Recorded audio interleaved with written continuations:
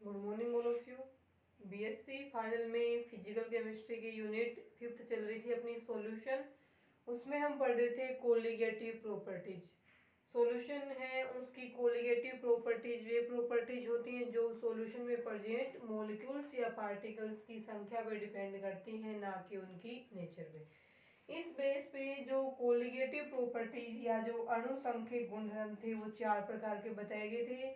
Relative lowering in vapour pressure, elevation in boiling point और depression in freezing point. ये तीनों हम पहले वाले क्लास में कर चुके हैं।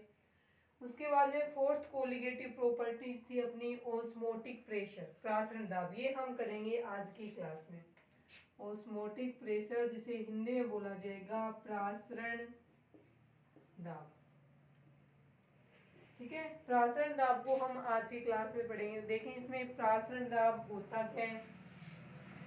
प्रासरण दाब है वो एक कोलिगेटिव प्रॉपर्टीज है जो कि सॉल्यूशन में प्रेजेंट जो सोल्यूट होता है विलेय उसके पार्टिकल्स की नंबर या संख्या पर डिपेंड करती है। ओस्मोटिक प्रेशर पढ़ने से पहले हम इसमें एक प्रोसेस होती है ओस्मोसिस, यानी प्रासरण की क्रिया क्या होती है ये पढ़ेंगे। तो ओस्मोटिक प्रेशर पढ़ने से पहले हम पढ़ेंगे प्रासरण। प्रासरण क्या होती है, तो वह क्रिया, देखिए पहले भी इसका एक प्रयोग करते हैं प्रासरण का कि मान लीजिए यहाँ पे क्या है, एक ले लिया हमने ये,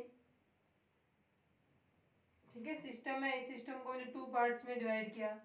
एक पार्ट्स में इक्वल इतना ही क्या ले लिया हमने, प्योर सोलवेंट ले लिया,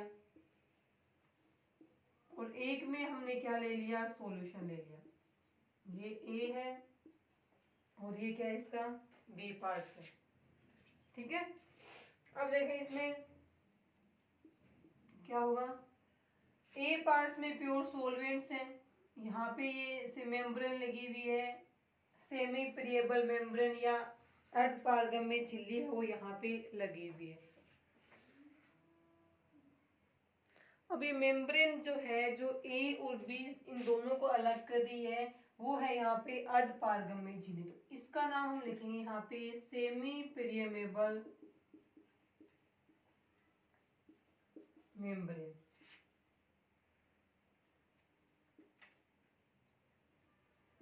अर्ध पारगम्य झिल्ली बोलते हैं इसको। तो ये सॉल्यूशन या सॉरी सॉल्वेंट के मॉलिक्यूल्स क्या करेंगे, इस अर्ध पारगम्य झिल्ली में जो पोर्स हैं, छिद्र, उनकी सहायता से या उनके द्वारा सॉल्वेंट के जो पार्टिकल्स हैं वो सॉल्यूशन में चले जाएंगे। क्योंकि सॉल्यूशन तो क्या है, सॉल्यूशन बोले तो या फिर सॉल्यूशन सॉल्वेंट की जगह यहाँ पे क्या हो सकता है, डाइल्यूट सॉल्यूशन हो सकता है, और यहाँ पे कंसंट्रेट सॉल्यूशन हो सकता है। तो इससे ये क्रिया जो हो रही है यहाँ पे, यानी सॉल्वेंट्स के मॉलिक्यूल्स का सॉल्यूशन की तरफ जाना या डाइल्यूट सॉल्यूशन से सॉल्वेंट के मॉलिक्यूल्स का कंसंट्रेट सॉल्यूशन की तरफ जाना, किसके थ्रू, इस सेमी प्रिएमेबल मेम्ब्रेन या अर्ध पारगम्य झिल्ली के द्वारा। तो ये क्रिया यहाँ पे क्या कहलाती है, प्रासरण कहलाती है। तो वह क्रिया जिसमें कुछ समय बाद में क्या होगा कि इसका लेवल घट जाएगा। क्यों, क्योंकि यहाँ से मॉलिक्यूल्स या पार्टिकल्स बी में चलेगी, तो बी का लेवल कुछ समय बाद यहाँ आ जाएगा और ए का लेवल अब कुछ समय बाद में यहाँ आ जाएगा। ठीक है, देखिए हम प्रासरण की डेफिनेशन किस प्रकार से लिखेंगे। तो वह क्रिया जिसमें अर्ध पारगम्य झिल्ली के द्वारा विलायक के अणु विलयन में जाते हैं या फिर डाइल्यूट सॉल्यूशन से विलायक के अणु कंसंट्रेट सॉल्यूशन की तरफ जाते हैं, तो वह प्रोसेस प्रासरण कहलाती है। अर्ध पारगम्य झिल्ली नहीं होती तो इस क्रिया को प्रासरण नहीं बोलते। तो आवश्यक कंडीशन है प्रासरण की कि सॉल्वेंट और सॉल्यूशन या डाइल्यूट और कंसंट्रेट सॉल्यूशन के बीच में क्या होना चाहिए, सेमी प्रिएमेबल मेम्ब्रेन या अर्ध पारगम्य झिल्ली है वो यहाँ पे होनी चाहिए। ठीक है, देखिए इसको एक बार फिर से, इसमें हम इस प्रकार से लिख सकते हैं इसको कि विलायक के अणुओं का कम सांद्रता से अधिक सांद्रता वाले विलयन की तरफ गमन करना। ये हमेशा ध्यान रखना कि इसमें तो चलो सॉल्वेंट ही है सारे, लेकिन डाइल्यूट सॉल्यूशन में सॉल्वेंट भी होता है, सोल्यूट भी होता है, लेकिन अर्ध पारगम्य झिल्ली के द्वारा केवल और केवल क्या जाते हैं, सॉल्वेंट के मॉलिक्यूल्स ही जाएंगे, सोल्यूट के मॉलिक्यूल्स नहीं जाते हैं। ये अर्धपारगम्य झिल्ली की विशेषता है कि एक ऐसी झिल्ली जो अपने में से विलायक के अणुओं को तो जाने देती है लेकिन विलेय के अणुओं को नहीं जाने देती है, वह झिल्ली अर्धपारगम्य का मतलब क्या है कि आधों को पार करने योग्य। आधे का मतलब सॉल्यूशन में से केवल विलायक के मॉलिक्यूल्स ही जा रहे हैं, उसमें से विलेय के मॉलिक्यूल्स नहीं जाते हैं। तो ये अर्धपारगम्य झिल्ली की विशेषता हो जाएगी कि ये केवल विलायक के अणुओं को ही अपने में से गुजरने देती है या पास होने देती है, विलेय अणुओं को यह गुजरने नहीं देती है। तो इसकी डेफिनेशन लिखेंगे कि वह प्रक्रिया जिसमें अर्धपारगम्य झिल्ली के द्वारा विलायक के अणु अपनी कम सांद्रता वाले विलयन से अधिक सांद्रता वाले विलयन की तरफ गमन करते हैं, वह क्रिया प्रासरण कहलाती है। वह क्रिया प्रासरण हो जाएगी। उसके बाद में हम पढ़ते हैं इसमें से अर्धपारगम्य झिल्ली है वो किस प्रकार से बनती है।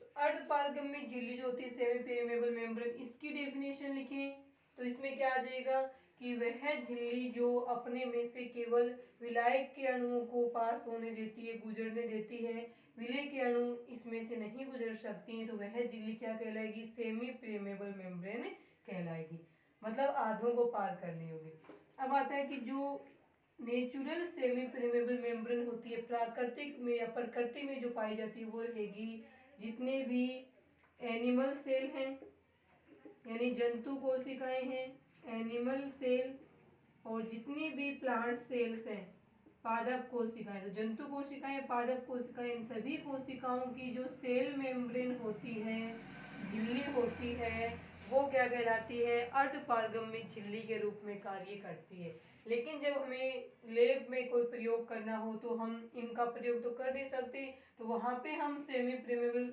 मेम्ब्रेन के रूप में किसका यूज करते हैं, तो यहाँ पे बोला जाता है कि कॉपर फेरोसाइनाइड से, कॉपर फेरोसाइनाइड के जिलेटिनी अवक्षेप से, के जिलेटिनी अवक्षेप से बनाई गई जो झिल्ली होती है वो एक अच्छी अर्धपारगम्य झिल्ली के रूप में कार्य करती है। और कॉपर फेरोसाइनाइड की जो जिलेटिनी अवक्षेप से अर्धपारगम्य झिल्ली बनाई गई थी उसको सबसे पहले एक जर्मनी का केमिस्ट था रसायनज्ञ ट्राम्बे, उसके द्वारा बनाई गई थी। ठीक है, तो एक कृत्रिम या आर्टिफिशियल अर्धपारगम्य झिल्ली होगी ना, कृत्रिम अर्धपारगम्य झिल्ली उसे जर्मनी का रसायनज्ञ था ट्राम्बे नाम से, उसने सबसे पहले बनाया था। किसके द्वारा बनाया था उसने, कॉपर फेरोसाइनाइड्स के जिलेटिनी अवक्षेप से को सुखाने पे जो झिल्ली बनती है वो कैसी बनेगी, अर्धपारगम्य झिल्ली बनती है। तो ये हो गया प्रासरण की क्रिया और अर्धपारगम्य झिल्ली। उसके बाद में हम पढ़ेंगे कि ओस्मोटिक प्रेशर या प्रासरण दाब की क्रिया क्या होती है। देखें इसमें ओस्मोटिक प्रेशर में क्या होगा। अब यहाँ पे क्या होगा कि सोल्वेंट में से पार्टिकल्स हैं वो किस में जा रहे हैं, सॉल्यूशन में जा रहे हैं। तो कुछ यदि ये जो प्रासरण की क्रिया यहाँ पे हो रही है इसको रोकना हो तो हम क्या करेंगे, इस सॉल्यूशन के ऊपर बाहर से हम प्रेशर लगाएंगे, पी एक्सटर्नल बाह्य दाब। सॉल्यूशन के ऊपर जब हम दाब लगाएंगे तो इस अर्धपारगम्य झिल्ली से विलायक के जो पार्टिकल्स या मॉलिक्यूल्स आ रहे सॉल्यूशन में, इसके ऊपर प्रेशर लग गया तो क्या होगा कि यहाँ से विलायक के अणु प्रेशर लगाएंगे, विलायक के अणु यहाँ से नहीं जा पाते हैं, वो यही इसी सॉल्वेंट में रह जाएंगे, क्योंकि प्रेशर लगाएंगे तो इसका वॉल्यूम कम हो जाएगा, वॉल्यूम कम हो जाएगा तो यहाँ से लिक्विड एक दाब लगता है, उस दाब के कारण से सॉल्वेंट के मॉलिक्यूल्स हैं वो ए पार्ट से बी पार्ट्स में नहीं जा पाते हैं, यानी प्रासरण की क्रिया रुक गई यहाँ पे। तो प्रासरण की क्रिया रोकने के लिए जो दाब लगाया गया है उसको हम क्या बोलेंगे, ओस्मोटिक प्रेशर है वो कहेंगे। ध्यान रखना ये प्रेशर हमेशा सॉल्यूशन पे लगेगा, सॉल्वेंट में नहीं लगेगा। और यदि ये यहाँ पे सॉल्वेंट सॉल्यूशन नहीं लेके दोनों ही पार्ट्स में हमने सॉल्यूशन रखा है, एक में डाइल्यूट एक में कंसंट्रेट, तब ये प्रेशर है वो कंसंट्रेट पे लगेगा। जिसमें सॉल्वेंट के मॉलिक्यूल्स जा रहे हो प्रेशर उसी के ऊपर लगता है। तो यहाँ पे आएगा कि प्रासरण की क्रिया को रोकने के लिए सॉल्यूशन या कंसंट्रेट सॉल्यूशन पर लगाया गया वह बाह्य अतिरिक्त दाब जो कि प्रासरण की क्रिया को रोक देता है, या जिसके कारण से विलायक के अणु हैं वो विलायक से या कम सांद्रता वाले विलयन से अधिक सांद्रता वाले विलयन या सॉल्यूशन में नहीं जा पाते हैं, वह दाब क्या कहलाएगा, यहाँ पे ओस्मोटिक प्रेशर या प्रासरण दाब के नाम से जाना जाएगा। तो वह दाब सॉल्यूशन पे बाहर से लगाया गया वह दाब जिसके कारण से प्रासरण की क्रिया रुक जाती है, वह दाब ओस्मोटिक प्रेशर या प्रासरण दाब कहलाता है और उसे पाई से प्रदर्शित किया जाता है। नॉर्मल प्रेशर को हम पी से लिखते हैं, तो प्रासरण दाब या ओस्मोटिक प्रेशर को हम किससे डिनोट करेंगे, पाई से डिनोट करते हैं। प्रासरण दाब के बारे में पढ़ेंगे हम प्रासरण दाब के नियम। तो डेफिनेशन होगी प्रासरण दाब की कि प्रासरण की क्रिया को रोकने के लिए या फिर अर्धपारगम में झिल्ली से विलायक अणुओं के गमन को रोकने के लिए विलयन पे लगाया जाने वाला अतिरिक्त बाह्य दाब प्रासरण दाब कहलाता है। पाई से इसे डिनोट करेंगे। नेक्स्ट हेडिंग रहेगी अपनी लॉ ऑफ ओस्मोटिक प्रेशर। प्रासरण दाब के नियम है वो पढ़ेंगे, लॉ ऑफ ओस्मोटिक प्रेशर।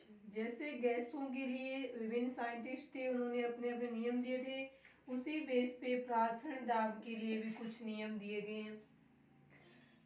गैसों के नियम है उनको अलग अलग साइंटिस्ट के द्वारा दिया गया था, जबकि ओस्मोटिक प्रेशर या प्रासरण दाब के नियम है वो एक साइंटिस्ट के द्वारा दिए गए हैं जिसे हम बोलेंगे वॉन्ट हाफ।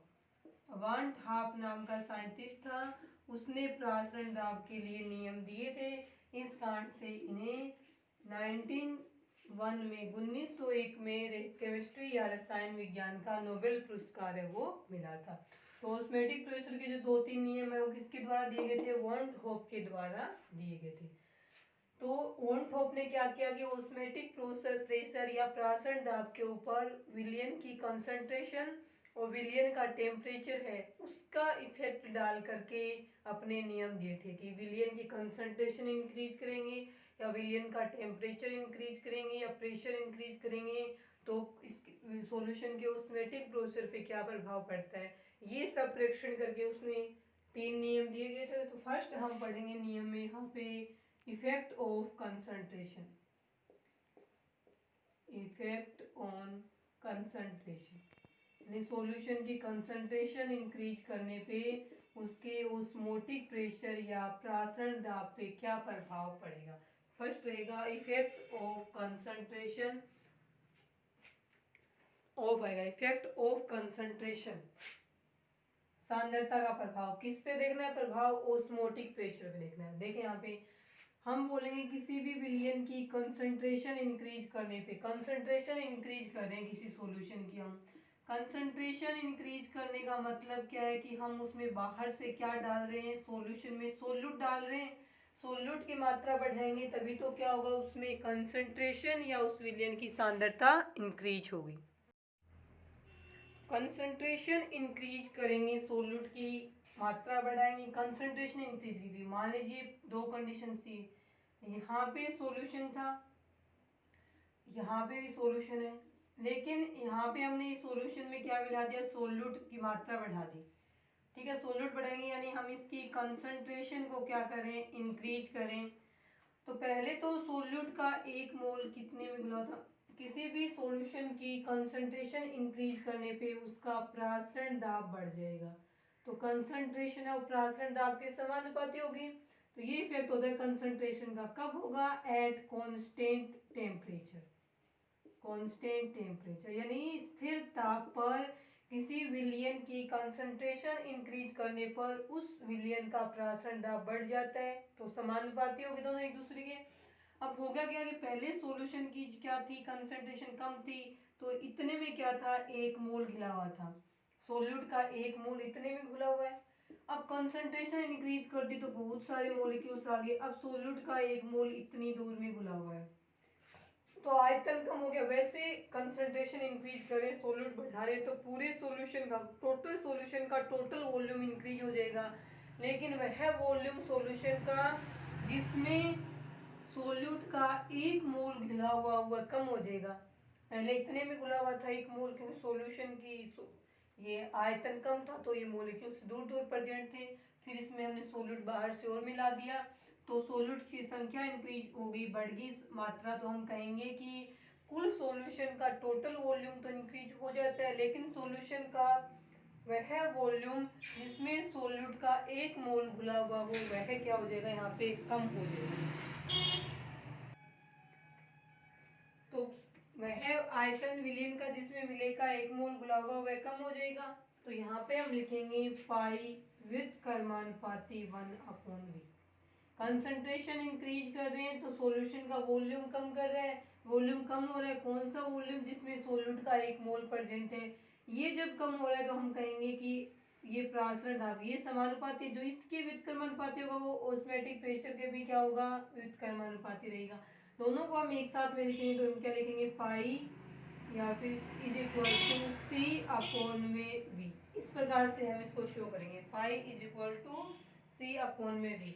इसके लिए लिख बनाए यदि हम समीकरण, तो ये क्या आ जाएगा, पाई इज इक्वल टू कोई भी कांस्टेंट लगा देंगे यहाँ पे, कांस्टेंट समानुपाती को हटाने के लिए, और इनटू में 1/v। v को इस साइड ले जाएं तो v इसके साथ में मल्टीप्लाई गुणा में होगा, पाई v इज इक्वल टू क्या हो जाएगा, कांस्टेंट।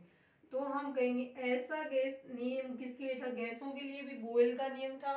बॉयल का नियम क्या था कि at constant pressure, at constant pressure यानी कि sorry constant temperature, constant temperature पर विलयन के दाब है ना सॉल्यूशन का, या गैसों का जो दाब था, वहां पे गैसों का नियम था, गैसों का दाब है वो गैसों के आयतन के क्या रहेगा, व्युत्क्रमानुपाती।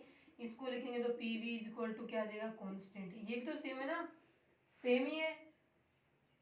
पाई ले लिया, सॉल्यूशन के प्रेशर को प्रासरण दाब से, प्रासरण दाब को पाई से लिख रहे हैं, और गैस के प्रेशर को हम नॉर्मल पी से लिख रहे हैं, सेम है। इस कारण से इस नियम को हम विलियनों के वॉन्ट होप बॉयल का नियम कहा जाता है। इसके जैसा है नियम, इसलिए तो बॉयल का नियम जोड़ देंगे, और दिया गया था वॉन्ट होप के द्वारा, इसलिए इसे विलियनों के वॉन्ट हाफ बॉयल का नियम कहा जाता है। इस नियम के अनुसार किसी विलियन के स्थिर ताप पर किसी विलियन की कंसंट्रेशन इंक्रीज करने पर विलियन के प्रासरण दाब और उसके आयतन का गुणनफल एक कांस्टेंट के इक्वल या बराबर होता है। इसलिए इस नियम को 1 नंबर लगा देंगे। इसलिए इस नियम को गैसों के प्रासरण दाब, इसलिए इस नियम को विलियनों के वॉन्ट होप बॉयल का नियम कहा जाता है। ये रहेगा इसमें फर्स्ट नियम ऑस्मोटिक प्रेशर के लिए, जो कि वॉन्ट होप के द्वारा दिया गया था। ठीक है, उसके बाद में देखिए आप नेक्स्ट नियम क्या रहेगा। ये तो हो गया वॉन्ट ऑफ बॉयल का नियम। सेकेंड हम पढ़ेंगे यहाँ पे प्रासरण दाब पर टेम्परेचर का effect, effect of temperature. Second आएगा इफेक्ट ऑफ टेम्परेचर। ठीक है, इफेक्ट ऑफ टेम्परेचर में देखें आप,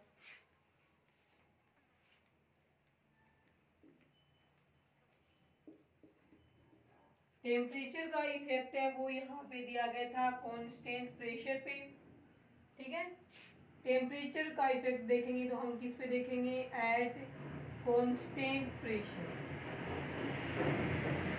कांस्टेंट प्रेशर पे किसी भी सॉल्यूशन का प्रासरण दाब उसके टेम्परेचर का क्या रहेगा, समानुपाती रहेगा। यानी किसी सॉल्यूशन का टेम्परेचर इंक्रीज करने पर उसके ऑस्मोटिक प्रेशर या प्रासरण दाब का मान बढ़ जाएगा। तो प्रासरण दाब है वो टेम्परेचर के समानुपाती हो गया। अब यदि टेम्परेचर को हम इस साइड ले जाए तो क्या बनेगा, pi is equal to constant into में टी, टी इस साइड आएगा तो पाई अपॉन में T is equal to constant.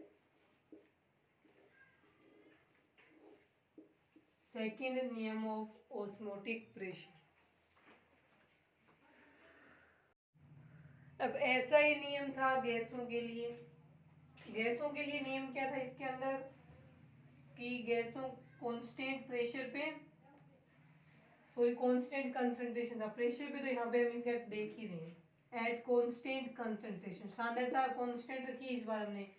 तो P है गैसों का दाब, गैसों के आयतन को कांस्टेंट रखने पर, तो कांस्टेंट आयतन पे गैसों का प्रेशर है वो उसके टेम्परेचर क्या था, समानुपाती था। सेम यही आएगा P अपॉन में T is equal to constant. तो सेम ही नियम है, पाई अपॉन में टी, पी अपॉन में टी, एक ही बात है। गैसों के लिए भी ये कॉन्स्टेंट है, इसके लिए भी क्या है, कॉन्स्टेंट है। गैसों के लिए ये जो नियम था उसको हमने बोला था चार्ल्स का नियम। चार्ल्स था ना, उसने ये नियम दिया था गैसों के लिए, और ये दिया गया था वॉन थॉप के द्वारा। इस कारण से हम इसे गैसों सॉरी विलियन का चार्ल्स वॉन्ट होप का नियम कहेंगे। और इस नियम के अनुसार कांस्टेंट कंसंट्रेशन पे, स्थिर सांद्रता पे किसी भी विलयन के प्रासरण दाब का मान उसके परम ताप यानी वह ताप जो केल्विन में प्रदर्शित किया जाता है उसे हम परम ताप एब्सोल्यूट टेम्परेचर के नाम से जानेंगे। तो प्रासरण दाब है वो परम ताप के समानुपाती रहेगा, और प्रासरण दाब और परम ताप का जो रेशियो है वो एक कांस्टेंट के इक्वल रहेगा। ये था यहाँ पे इफेक्ट ऑफ टेम्परेचर, कि टेम्परेचर का सॉल्यूशन के ओस्मोटिक प्रेशर या प्रासरण दाब पर क्या प्रभाव पड़ेगा। उसके बाद में देखें, इसको बोलेंगे हम चार्ल्स वॉन्ट हाफ का नियम। थर्ड हम पढ़ेंगे विलियन के प्रासरण दाब पर टेम्परेचर और कंसंट्रेशन दोनों का एक साथ में क्या इफेक्ट होगा। तो थर्ड नियम बना दिया, दोनों का एक साथ में इफेक्ट देख करके देखें। थर्ड नियम इस प्रकार से बनाया गया, इसमें देखें आप, टेम्परेचर एंड कंसंट्रेशन एक साथ में देखना, एक ही समय में कंसंट्रेशन इंक्रीज करनी है और एक ही समय में हमें टेम्परेचर में वेरिएशन करना है, तब एक साथ में क्या इफेक्ट पड़ेगा वो हमें देखना है प्रासरण दाब पे। तो फर्स्ट नियम था प्रासरण दाब के अंदर क्या रहेगा आपका, कि वॉल्यूम या आयतन क्या था, व्युत्क्रमानुपाती फर्स्ट नियम के अकॉर्डिंग, और सेकंड नियम के अकॉर्डिंग टेम्परेचर क्या था इसके समानुपाती। दोनों के एक साथ में लिखे तो एक राइट हैंड वाला इक्वल है यहाँ पे, तो यहाँ पे लिखे पाई समानुपाती टी अपॉन में वी, समीकरण नंबर 3। ठीक है, पाई समानुपाती टी अपॉन में वी। अब समानुपाती को हटाने के लिए हमने यहाँ पे क्या लगा दिया, आर टी अपॉन में वी, आर डैश लिख देंगे इसको, क्योंकि आर तो क्या है गैस कांस्टेंट इक्वल होता है। अभी वी यहाँ से इस साइड ले जाएंगे तो बनेगा P V is equal to R dash T. ये नियम बन गया। आदर्श गैस समीकरण भी इस प्रकार से बनी थी, P V is equal to R T 1 mole के लिए। यदि हम ये इस उस सॉल्यूशन के लिए देखें जिस सॉल्यूशन में एन वी वॉल्यूम में एन मोल भुला हुआ हो, तब उस सॉल्यूशन के ऑस्मोटिक प्रेशर के लिए समीकरण बनेगी P V is equal to N dash R T. और यहाँ पे जो आर का मान है, आर डैश का मान है, वो लगभग गैस कांस्टेंट आर के इक्वल आता है। इस कारण से इस समीकरण को हम P V is equal to N R T के नाम से लिख सकते हैं। और जैसे इस समीकरण को हम गैसों के आदर्श गैस समीकरण बोले थे, वैसे इस नियम को यहाँ पे, इस समीकरण को यहाँ पे वॉन्ट होफ इक्वेशन के नाम से जाना जाता है। और वे सॉल्यूशन जो इस वॉन्ट होफ इक्वेशन को फॉलो करते हैं वे सॉल्यूशन आइडियल सॉल्यूशन कहलाएंगे, और वे सॉल्यूशन जो वॉन्ट होप नियम का पालन नहीं करते हैं, समीकरण का पालन नहीं करते हैं, वे अनादर्श विलयन कहलाते हैं। ये तो थी गैसों के लिए आदर्श गैस समीकरण, और ये रहेगी सॉल्यूशन के लिए आदर्श गैस सॉल्यूशन के लिए आइडियल सॉल्यूशन इक्वेशन या want Hoff equation. Want Hoff के द्वारा दी गई इसलिए इसका नाम रखा हमने वॉन्ट होफ इक्वेशन। ठीक है,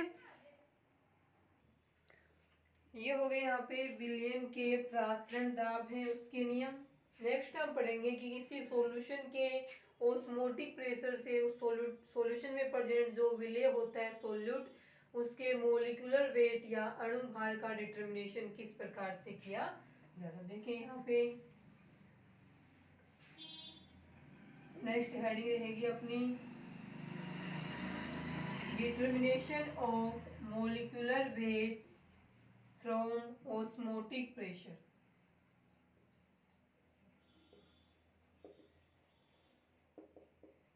Determination of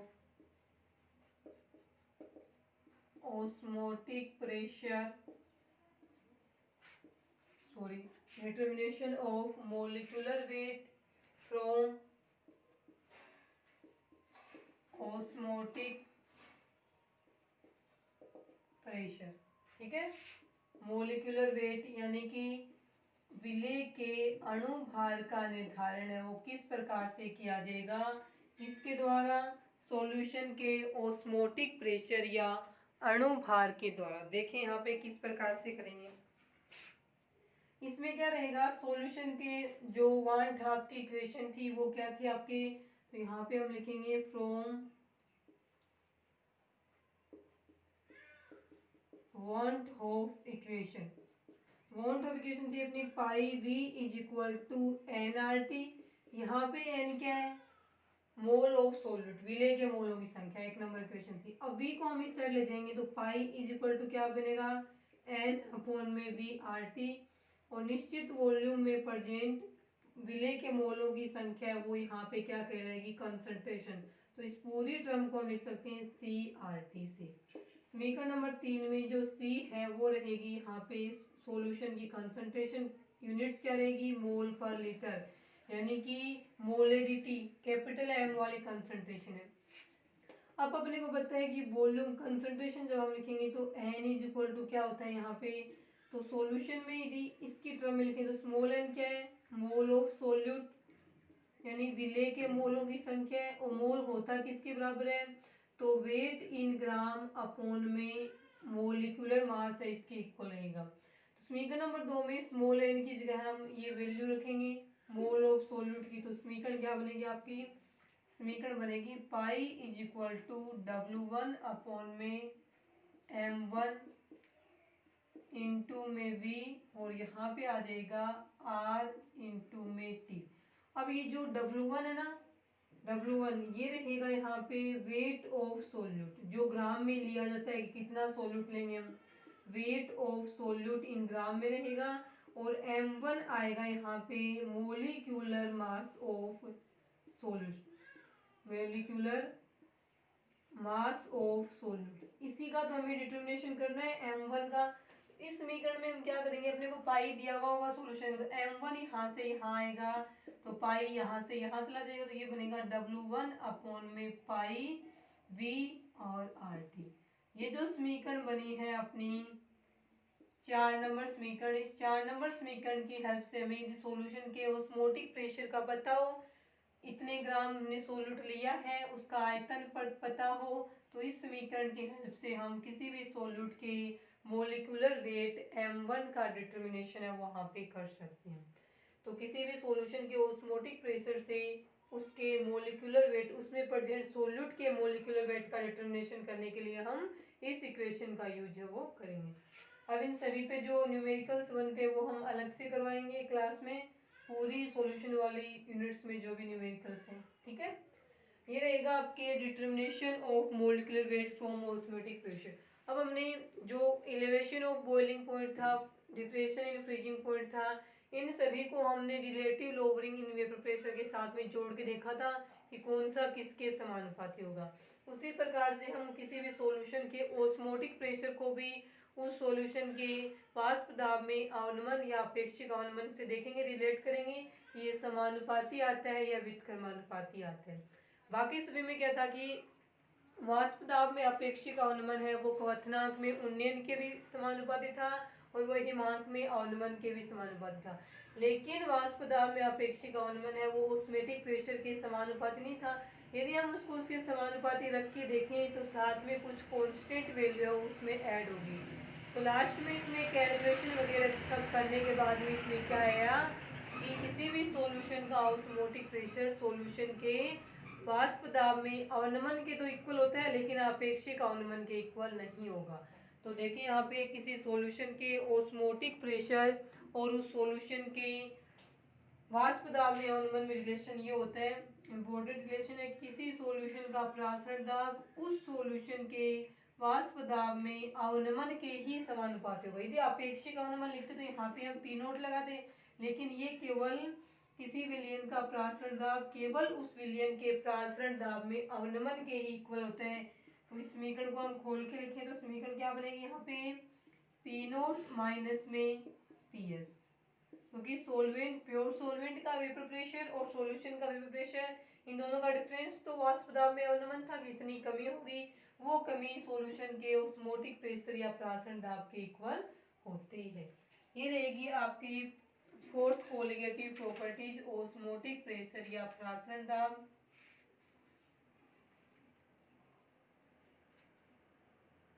इसके बाद में इसका जो नेक्स्ट पार्ट है नेक्स्ट टॉपिक है स्टूडेंट्स का, वो हम करेंगे कल की क्लास में। आज के लिए इतना ही।